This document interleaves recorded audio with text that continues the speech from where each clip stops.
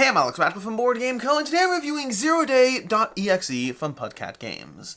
ZeroDay.exe, or .x, I mean, I assume it's .exe, but it might be .x. I mean, this is the .exe, that's an executable file. Like, now, I'm actually curious here, because an exe, that would be the file you double click on that most of us know growing up, that you had different files in a computer, and there are those you can't double click on because they don't actually help you start the program, and there's those you could double click on, but nowadays those are actually kind of hidden. We have hidden file extensions, and so I wonder how many people don't even know what an exe is, an executable file. So do me a favor, before we dive into this review, comment down below if you don't know what a .exe file is. If you didn't really understand or know before me talking about this, that is the file you double click on to activate the program. The other ones are the various files that make up the program. Let me know, because I'm curious now that I think about it. Anyways, ZeroDay.exe from Pudcat Games is a 1-to-4 player dungeon crawl, I assume. I assume that's the category these things are in. It could be a skirmish game, but really more of a dungeon crawl experience, in which players are going to be taking control of a bunch of characters, there's a whole bunch of characters over here, in order to go on a variety of missions while powering yourself up and taking down the enemies, and trying to come out alive. That's the basic idea of this. This is a prototype, all rules and components subject to change, and I'll have a link to the GameFound campaign down below. I should note, this table space may have looked a little messy. There's a lot going on here. It's not that much, it's just that there's a lot of colors and things and stuff. There's a lot going on here, but it's really not that complicated. That said, let's go ahead and dive into this, talk about the game, talk about how it plays, give you my thoughts and opinions, all of that, timestamps down below. So, ZeroDay.exe.x, I don't know which one it is, going to be a 1-to-4 player dungeon crawl. You're going to take control of a variety of characters and try to accomplish the missions. To that end, you have your character boards. We have our character boards over here and over here. These are the two characters I currently have set up on the table. We have the main board over here. There's going to be different boards for the various missions you're going through. In the prototype over here, I have mission 1 and 8. That's all I have, so that's all I've been able to play in these prototypes so far. And then you're going to have the AI threat track up here. There's going to be a little bit of a timer that makes things harder for you as you play. And then we have the enemy boards, 1, 2, and 3 over here, tracking the various enemies. As enemies pop onto the board, you're going to take the little tracker, put it on, and this will track their health on a little sideboard, so you can have the enemies on the board and their sideboards, giving some basic information about the cards they have, the actions they're taking, their resistances to the types of attacks that there are in the game. There's going to be more of a physical damage and more of a cybernetic damage. I don't actually know what it's called, but the physical and other kind of damage in the game, and enemies are resistant to different kinds at different thresholds. So the cyberks, for example, those are the hardest ones to hit. Fortunately, they also have the least health, so it kind of all balances out. But basically, that's all the stuff you have. Well, that's most of the stuff you have set up on the table. We have various piles of tokens, various piles of cards. We have our little timer tracks over here. This is for consolidation of table space, but these are going to be cards that are kind of ticking down. As you play cards, they're going to go into your timeline, and then possibly all in the timeline, they'll have things that work for you, or possibly it's just a timer until you get them back. But we'll get back to that. But there's a lot of stuff happening on these boards.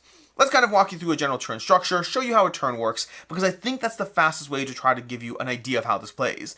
But before we do, the main thing that will give you an idea of how this plays is you have your characters in the game. So we have our 2 over here, and we have over here our enemies in the game. That's going to be these guys, and we are playing on a hex-based system, and ultimately we're trying to accomplish the mission objectives, which are over here. We have to pick up 3 access cards, access both terminals over here, and then we go ahead and have to access the node over here. That's the mission that we're currently playing with right now. So kind of, kill enemies, get their access cards, use those access cards to access the terminals, and then go to the node and deal with that. And that's basically how you play the game.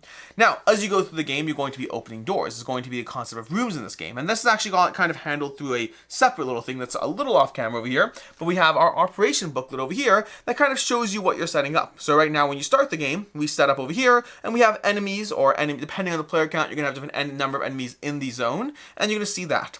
As you open the door, you then look to see what's on this board over here, and then put those enemies into play, again based on player count, and as you open other doors, rinse and repeat, which means the game does have the concept of rooms. You're not supposed to look at the rooms you're not currently in, so you technically don't know what's coming, but you're going to go ahead and just spawn enemies as you open doors in different areas. So again, hex-based system, specific missions, characters are going to operate. Past that, there's going to be details of what makes this game different than any other standard dungeon crawler. But once you know that this is the core structure you're dealing with, you guys take turns, try to hurt the enemies, enemies take turns, try to hurt you. Once you know that general structure, the rest is basically the devil's in the details. So you've played games like this before, probably. If this is your first game in the genre, I think you still probably have a decent idea, but let's walk you through this.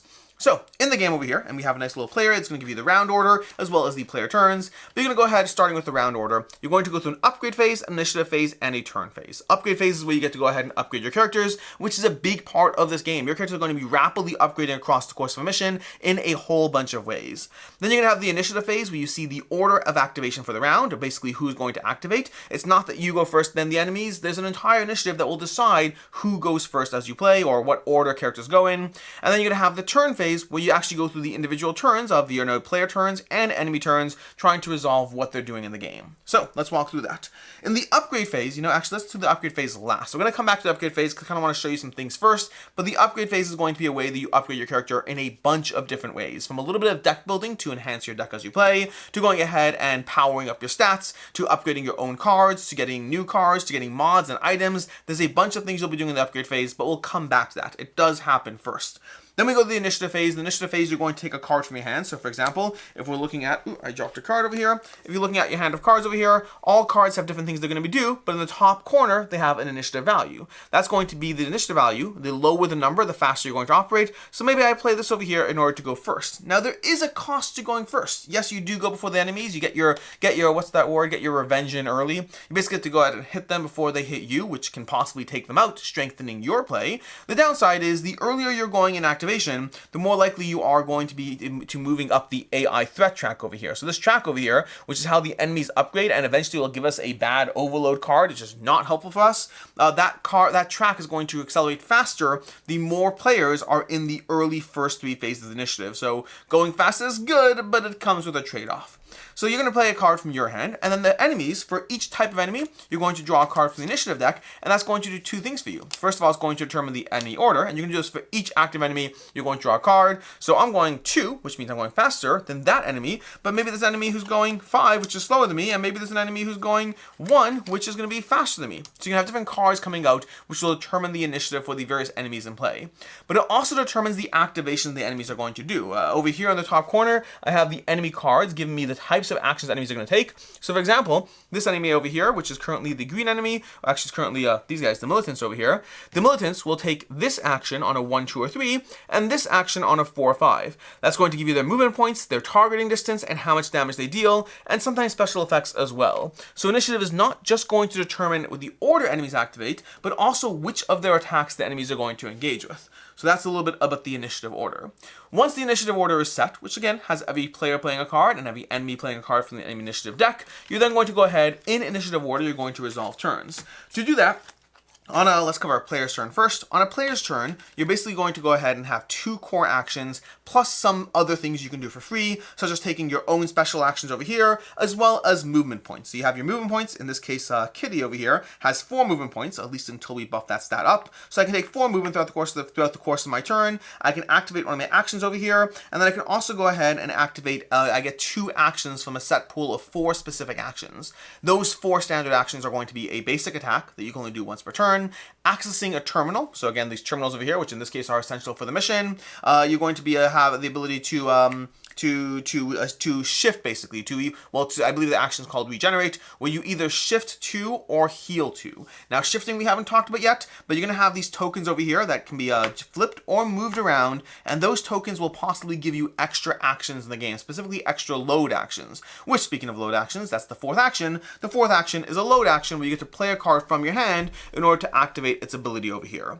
Now playing cards from your hand is a action, so again, it's a limited action, so you have a limited number of them, but if you can make your little tokens over here line up, so for example, this agility diamond over here, if I play this has X and then blue and then X. Now the X's just mean they have to be on either side. It doesn't matter what they are. The thing that does matter is that there's a blue in the middle. So right now, if I play my agility demon, I'll get 1 extra movement. It'll go into my cooldown timer, but then also, if I flip this, meaning the token that's shown over there, I now go ahead and get an extra free load action where I can play another card. So you can cascade a bunch of load actions if you plan your little shift track right over there. If you plan the sequencing that correctly, you'll get extra actions as you go. So again, for recap, Your 4 actions you can take, in addition to your movement and your special actions, is you can go ahead and play a card, that's a load action, and then possibly gaining free load actions from that, being able to cascade a bunch of actions in a row. You can go ahead and attack using your basic action printed on your board over there, that's limited to once per round. You can go ahead and regenerate, which again is going to be either shifting to or healing to, shifting being these where you can switch the location or flip to its opposing side, and then action 4, I think I already forgot about, which is recharge, attack, terminal, using a terminal over there. Those are going to be the actions you can do on your turn. So between all that, just to walk you through a basic turn right now, let's pretend we have over here, we have a T taking a turn. T currently only has 3 movement, which is not a lot of movement. Now it's not even enough, 1, 2, 3, it's not even enough to get him closer there, so unfortunately he won't be able to do much, but we can't even use a card. You see, let's pretend this card's in our hand, because this is going to help me show you some things in the game. So, for example, it's T's turn. T's going to try to use his movement to get closer. He's going to go 1, 2, 3. Now he's not close enough to be able to do his basic melee attack over here. Fortunately, at this time, we can go ahead and have Kitty play this card to our PCI space, which this has a bottom ability, an ally may move 2 spaces. So in general, cards have a top ability, which is the main action. They also have the spot and the cooldown they're going to go. They have the tokens required to play it for free, and then they have this ability down here, which you can do on off-turn ability in order to go ahead and have an ally move 2 spaces. I'm going to play this here to my PCI slot. I'm going to draw a replacement card, which when you play a card to your PCI slot, you can do that, and then an ally can move 2 spaces, meaning we can go have T move 2 more. So right now, because of that off-turn play, we can have enemies, allies helping each other in the game, and possibly even drawing a card back. Basically, you can play cards for the flexibility, assuming you have, in this case, Kitty needed to have a green in her cooldown. She's going to get that, she's going to flip that, and then she played that to her off-turn ability, drawing another card. She could play more cards off-turn to help allies, but you won't get that extra card draw once you fill up that PCI slot. So there's a little bit of a balance of how much card draw you're going to get back and how much you're going to replace your hand, and whether you need that card for your own turn. But in this case, I'm trying to help T go ahead and hurt people, so that's going to be what we do there. Now, T's second action over there, he's going to do a basic attack. So again, not even second action, he's used his movement. He's going to take a basic attack. He's going to, within a range 1, deal melee damage to this enemy. This enemy has a defense of 1 against melee damage, unfortunately, and currently T only has an attack of 2, at least until we upgrade that over there. So we're going to go ahead and have him do his attack of 2, minus 1, is going to go ahead and deal 1 damage. We're going to move that guy down 1. Not a very effective turn. I'm not trying to play the most strategically right now. I'm just trying to show you how things work. Then we're going to go look at my hand over here, because I do probably want to take some extra actions over here. Ooh, I also get a free attack action, but I'll lose 2 health. I don't think this is the right moment to take that free attack action. This is an item I have over here, because items can be one of the various ways you get to upgrade in the game. But in the meantime, I'm trying to go ahead and play a card right now. Let's see. Oh, I can do that, plus attack to enemies for each status effect they have. That would be useful later. When you load a hack, you may spend 1. When you spend 1 to ignore the next time you deal damage. Ooh, that could have been helpful. Ooh, I should have done this out of order. So this is what I'm going to hindsight this just to show you how things work. I'm going to play Effect Demon over here. Now, I don't have a free load from this, unfortunately, because these aren't set up to be able to benefit from that. So I'm not going to be able to stack my loads this turn. But in this case, I'm going to go ahead and play this to my cooldown track. And this is going to go to cooldown spot 3 over here. And while it's in my cooldown track, I can spend movement to ignore defense next time I deal damage. So what I'm going to do is I'm going to move 1 less over here, because again, when I start over here. And I believe I went 1, 2. I'm going to use Kitty's movement to go 1, 2. And I'm going to use my last movement to ignore 1 defense, which meant I was actually able to attack for 2 over there. And this effect is going to be stacked in my cooldown for the next few turns, being able to benefit from it more than just once.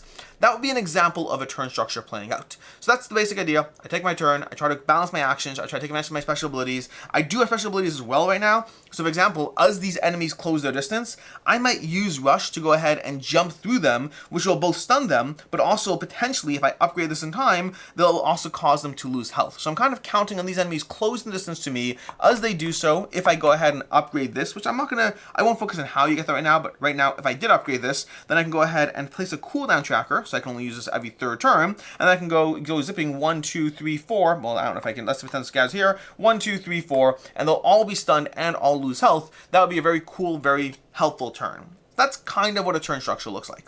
Now, enemies' turn structures are fairly basic as well. Enemies are going to try to go ahead and target the you guys. They're going to target you, going for the closest, then the most health, and then initiative order, if I recall correctly, but it is all in the player aid if you forget.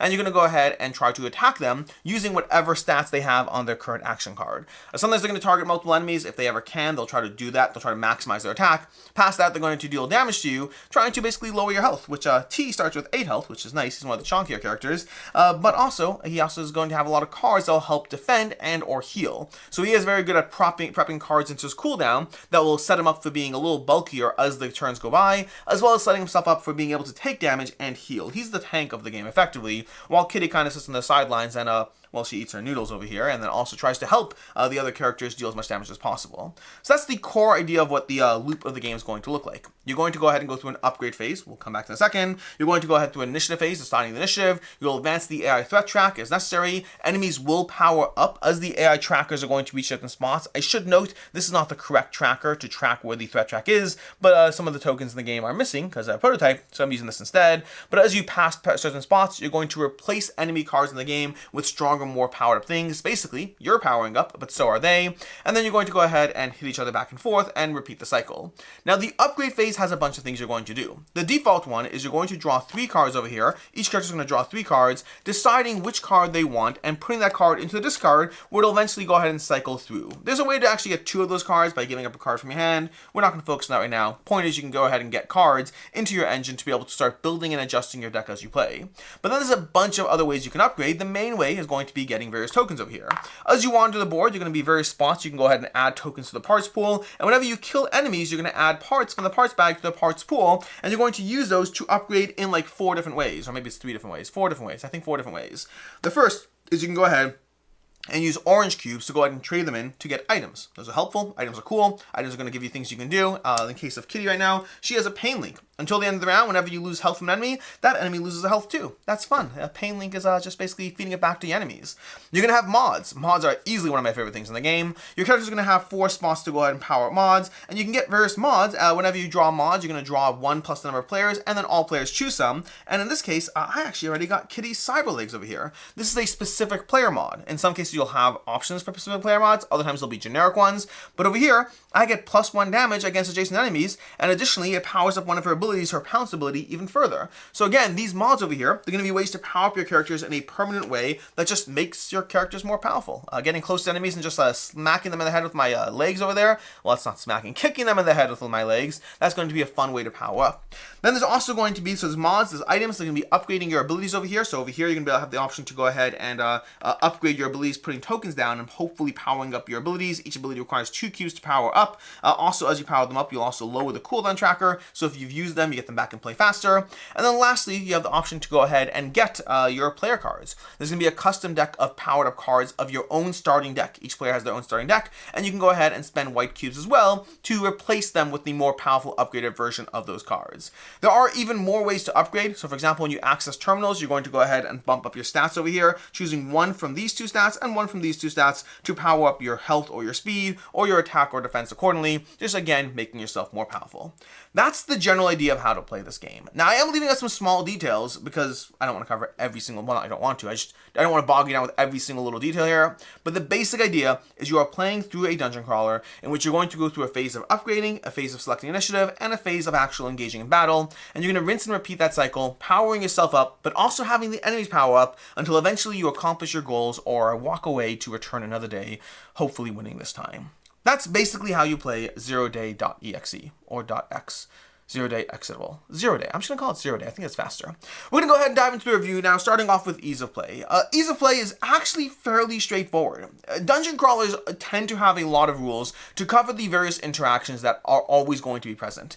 This one, for the most part, I think was accessible enough for what a dungeon crawler can do. Meaning there are going to be rules, there's going to be interactions, you're going to have to know how things play. But I thought the rulebook was fairly streamlined for the amount of stuff you're doing in this game. I didn't find it overly complicated. It's not the simplest game, but again, I'm trying to gauge it against other dungeon crawlers. I thought it was fairly straightforward. As far as game time, I'm sure it'll depend on the mission, the player count, and all that. You can probably knock out a mission in around 90 minutes-ish, but I'm sure that will vary based on the mission, player count, and also just how long you take as a player. As far as what I like, don't like, and can see others not liking, starting off with what I like.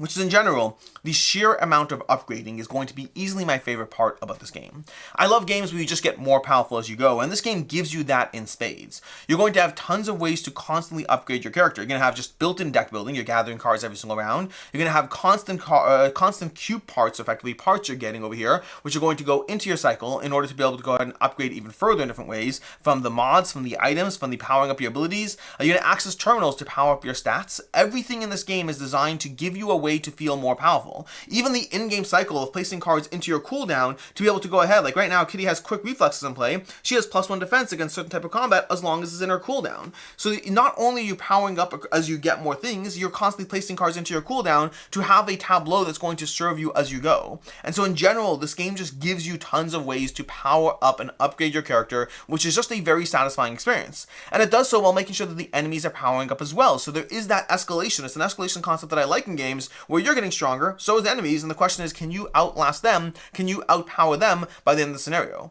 There's going to be times where you're helping your players as you go. You're being mindful of, yes, your turn, but you're also incentivized to help each other because you get that free PCI card play where you're going to basically get a card back, being able to cycle your decks to the cards you need while helping your ally. Why wouldn't you want to do that at least once during the cycle? So you are incentivized to be mindful of what your allies are doing as you play through it. There's also going to be mission variety. Again, I only have the 2 missions over here, but the two missions I do have do feel reasonably different from each other. And there's a lot of decision space around how to get things done, whether you play a little bit more defensively, letting the enemies take their shots, playing defensively. If you're playing with T right now, powering up as a defensive tank and letting the enemies get their shots in first, and that way you slow down the escalation of how fast they upgrade. You can sit there and try to power through the damage. You can also have Kitty provide a little healing. There's lots of ways to play it because you can also just go straight aggressive. You can go rushing in, guns blazing, trying to take out the enemies as fast as possible, but also being mindful of the fact that they are now powering up a little faster as you play. There's just a lot of ways to go through the experience, lots of ways to go through any individual mission while you're powering up in a ton of different ways, just making it an overall satisfying experience.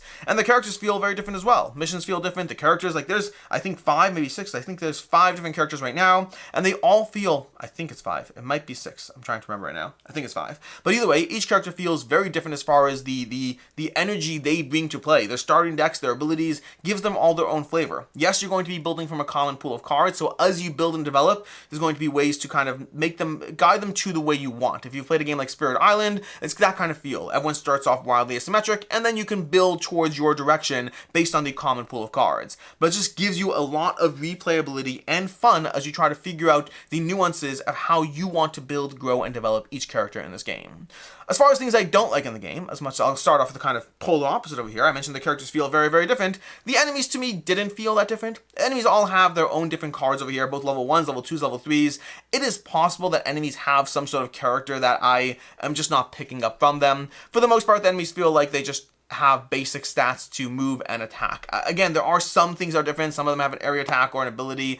I just don't, from playing a lot of dungeon crawlers with a lot of different things, I think some dungeon crawlers really manage to make their enemies stand out as being different, and some less so. And in the case of Zero Day, so far, my own sense from playing the game is just the enemies. I didn't care which enemies were fighting. Honestly, the most impactful thing to me to care about the characters were their defense attributes, because that's the thing I was trying to power through, trying to have characters deal damage to the most efficient enemy to avoid having the defense chip away at the damage I'm dealing. That's usually the thing I cared about the most, and the rest kind of felt like, oh, you're gonna attack me in some way. There are nuanced differences, don't get me wrong. Looking at the enemy cards, seeing what they're doing, seeing that one's attacking from range this turn, there are differences, make no mistake, but I can't say I felt a strong sense of character from the enemies.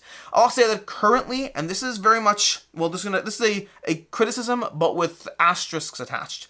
Currently, this feels like a 2-player only game. It's a 1 to 4 player game, but for me personally, it feels like a 2-player only game. And that's going to be a combination of my own personal taste in games, as well as where this prototype is.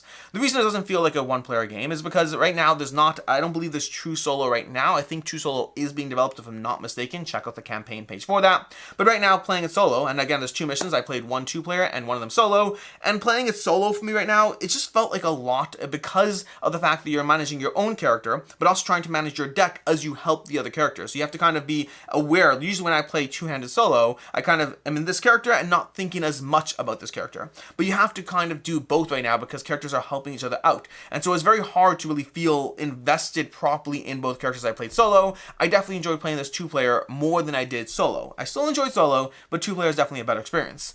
And then as far as 3 and 4 player, I think that's a little bit my general taste around dungeon crawlers in general. I find this type of game I usually find is best at 2, maybe at 3. I'd have a very hard time playing this one at 4, especially because the interaction, it does boost the engagement of the players at the table as you're trying to be mindful of helping each other out. But I think at 4 players, this would really slow down a lot more. Again, I have not played it at 3 and 4, but from where this is, I think I would be fine with the 3-player game and be very hesitant to play at 4, and I think 2-player would be my go-to. So just keep in mind right now, again, it's a combination of the prototype is lacking true solo for right now, and my own personal taste in these kinds of games in general.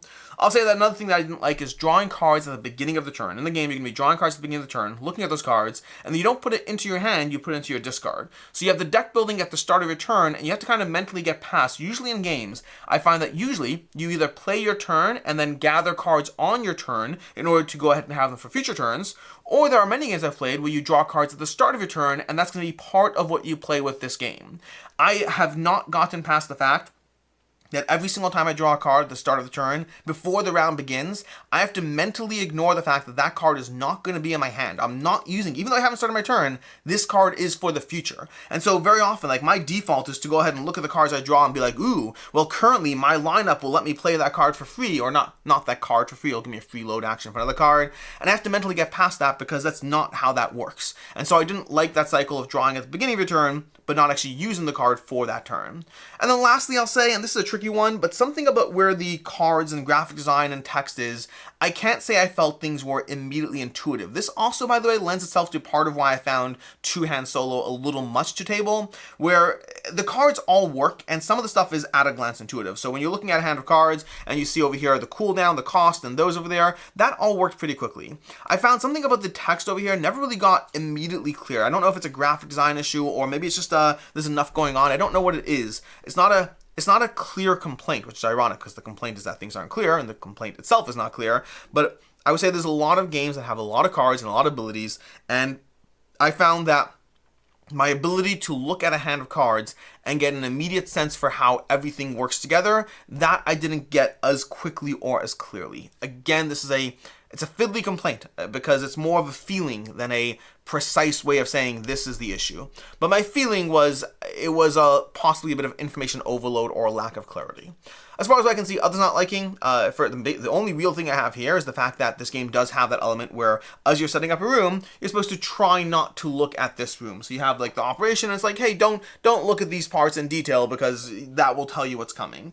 I don't care about that. It's not a big deal to me. But if you're like, oh my gosh, I'm going to see what's coming. I'm going to see that there's characters there and get a sense for what's showing up. That might bother you. Wasn't an issue for me. As far as final thoughts on ZeroDay.exe, this is an interesting one because there's a lot here that I really enjoyed and that leans into things I like. Just characters and powers and abilities and character variety and lots of ways of upgrading. All of that is completely my jam. I really enjoy games that do that, and the sheer quickness at which you're going to be powering your characters up as you play through the game is just a satisfying thing. And so in that part of the game, this could easily be a 4, even a 4.5 for me as far as how much fun the game can be on the highs. But there also are things that feel a drop less polished for me. And I don't know, polish is tricky because some of these things might be cleaned up. For example, that solo, the true solo aspect, or even graphic design around the cards. I mean, lots of cards even have things like image loading, which is a cute way. I assume it's a cute way of saying the image will be coming, this is a prototype and all that. And so some of these things might be cleaned up and improved upon, but some other areas held it back a bit for me and feel a drop less polished as an experience. And so there's areas could easily be a 3 out of 5 or a 3.5 out of 5. And so I have elements I really enjoyed, and elements that feel a drop less polished, and the combination of it. It's also worth noting as well, the prototype was missing a lot of components that had to be proxied in different ways, and that definitely added to some of the feeling of less polish. And this is always the tricky part about ranking or rating prototypes in general, which is because I am here to give you my thoughts and my experiences and where I am with the game, but also recognize that in many cases, these are works in progress that will be polished further and further, and I very much feel that with ZeroDay. I'm in a weird place with this one where I do feel whatever rating I give, either I'm going a little lower, hoping it'll get better, or going a little higher, relying on the fact that it'll get better, and both of those are tricky. I'll say for me right now, I'm going to go ahead and come in at a 3.5 out of 5 for right now. But I really do strongly believe this is a 4 out of 5 game for me once some of the things are cleaned up. I just have to go with where my experience is now, as opposed to where I hope they are, just because there's no guarantee that they end up where I hope they'll be. Again, a 3.5 out of 5 based on where things are right now. Lots that I liked, a few things that were fiddly, an overall package of 3.5 out of 5, but I do strongly believe this is easily a 4, possibly even higher, although I think it's probably a 4. I'm having that caveat of my experience now versus where I expect my experience to be. Hopefully that all made sense. As far as other game recommendations, first of all, if you want another game that's going to give you lots of card decisions and combat and all those things, definitely check out Gloomhaven Jaws of the Lion, my favorite entry point to the Gloomhaven universe. And if you want another game that gives you rapid upgrading in a very satisfying way, with a little less focus on the dungeon crawler, but a lot more focus on the skirmish, check out Deliverance, as well as the expansion, Deliverance Council of the Fallen, that will give you a lot of powers and abilities and upgrading your characters, again, in a very satisfying way, similar, very different experiences, but that feeling of just powering up across the course of a single game, that's going to have that in spades. In any case, and until next time, I'm Alex Radcliffe from Board Game Co. Hope you enjoyed this video, and as always, I hope you have a good one.